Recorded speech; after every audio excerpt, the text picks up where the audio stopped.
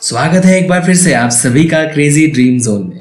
दोस्तों, आपके इर्द गिर्द बहुत अजीब लोग आपने देखे होंगे, लेकिन दोस्तों बस लोग ही अजीब नहीं होते, उसी के साथ कुछ किस्से, कुछ जगह, कुछ वस्तुएं और कुछ रूल्स और रेगुलेशंस भी बेहद अजीब होते हैं। हर देश में ट्रैफिक को कंट्रोल करने के लिए बेहद सख्त कानून बनाए गए हैं, लेकिन दुनिया में ऐसी बहुत सी जगह है जहां पर यह ट्रैफिक रूल्स बेहद ही अजीब होता है। आज इस वीडियो में हम दुनिया की बेहद अजीब ट्रैफिक रूल्स के बारे में जानेंगे, तो चलिए जल्दी से शुरू करते हैं। लेकिन आगे बढ़ने से पहले हमारे चैनल को सब्सक्राइब करके बेल आइकन को भी जरूर दबाएं।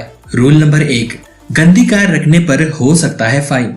दोस्तों, बहुत सारे लोग इतने आलसी होते हैं कि वह अपनी कार को मुश्किल से ही धो पाते हैं। उनकी कार इतनी गंदी हो जाती है कि उनको इस बात का कुछ फर्क भी नहीं गिरता। लेकिन रशिया में ऐसा नहीं चलता। रशिया में गंदी कार इस्तेमाल करने पर आपको 3000 रूबल्स का फाइन लग सकता है। भारतीय रुपीस में यह अमाउंट लगभग 3400 के आसपास हो जाता है। आप रशिया जाने का सोच रहे हो तो यह ट्रैफिक रूल आपके बेहद काम का है। रूल नंबर 2, खराब अंडरवेयर से आप गाड़ी साफ नहीं कर सकते। भारत के लोग खराब चीजों को भी किसी अच्छे काम के लिए इस्तेमाल करने में काफी माहिर होते हैं। ज्यादातर हम खराब कपड़े फेंकने के बजाय उसका पोछा बनाकर सफाई में इस्तेमाल करते हैं। इन कपड़ों में शर्ट, पैंट, शॉर्ट, टॉवेल्स और अंडरवियर भी शामिल होते हैं। लेकिन दोस्तों, सैन फ्रांसिस्को में एक जगह है कैलिफोर्निया। यहाँ पर अंडरवियर से कार को साफ करना एक बड़ा जुर्म है। रूल नंबर 3, शराब पीकर आगे की सीट पर नहीं बैठ सकते।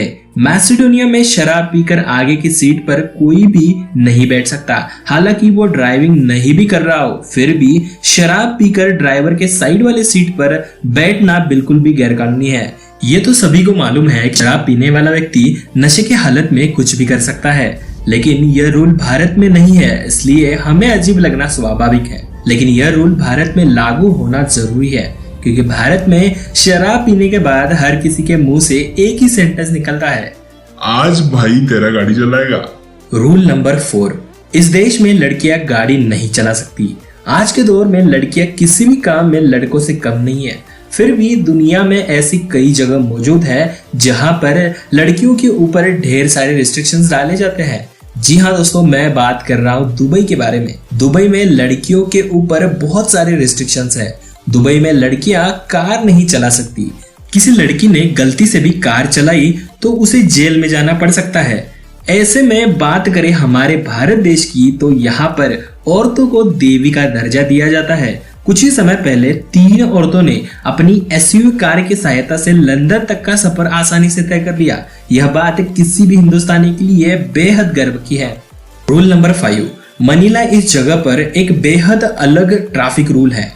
यहाँ जो गाड़ियां होती है, इनमें से जिस किसी भी गाड़ी का नंबर प्लेट का लास्ट डिजिट 1 या 2 नंबर होता है, तो फिर उस गाड़ी के मालिक उस गाड़ी को किसी भी मंडे को बाहर नहीं निकाल सकता है। रूल नंबर 6, बिना पार्किंग स्पेस के आप कार नहीं खरीद सकते।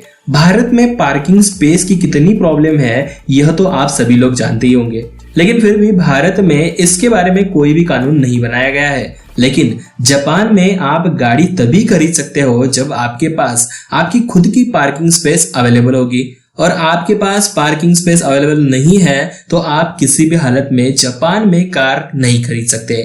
यहाँ पर और एक रूल है दोस्तों, जो आपको जानना बेहद ही जरूरी है। कार में कोई भी बंदा शराब पीकर फ्रंट सीट पर नहीं बैठ सकता।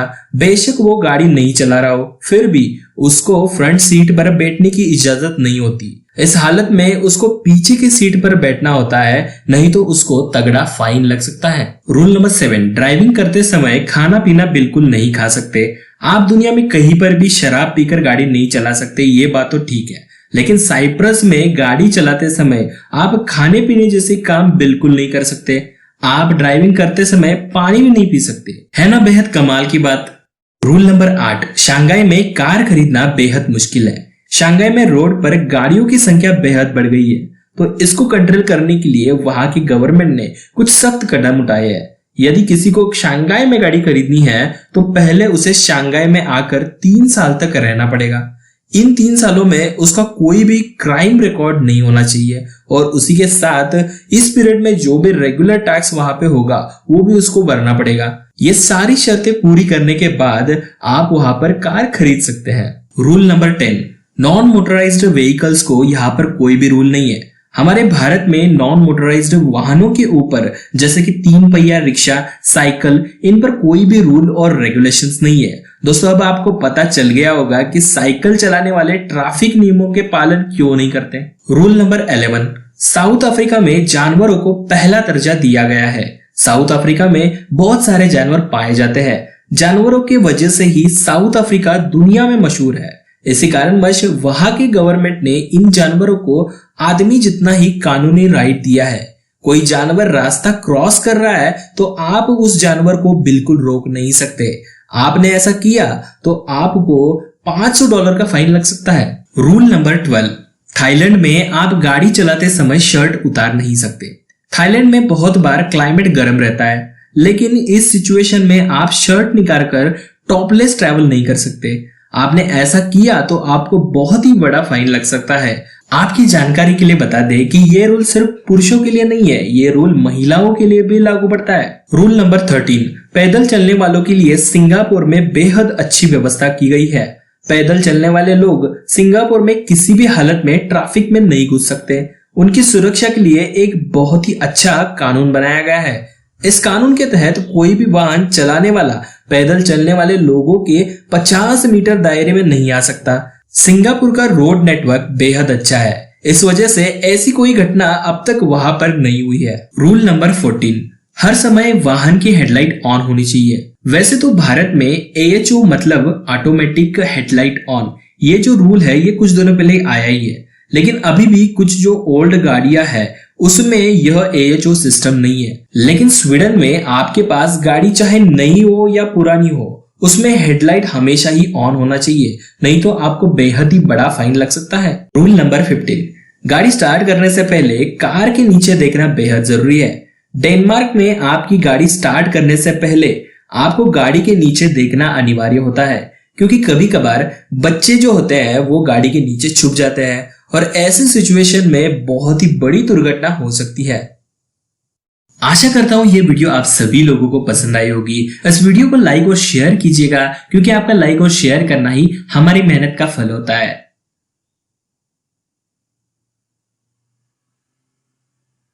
स्क्रीन पर आपको और कुछ वीडियोस दिख रही होंगी, उन वीडियोस को भी जरूर देखिएगा, क्योंकि वीडियोस बहुत ही अच्छी बनी है।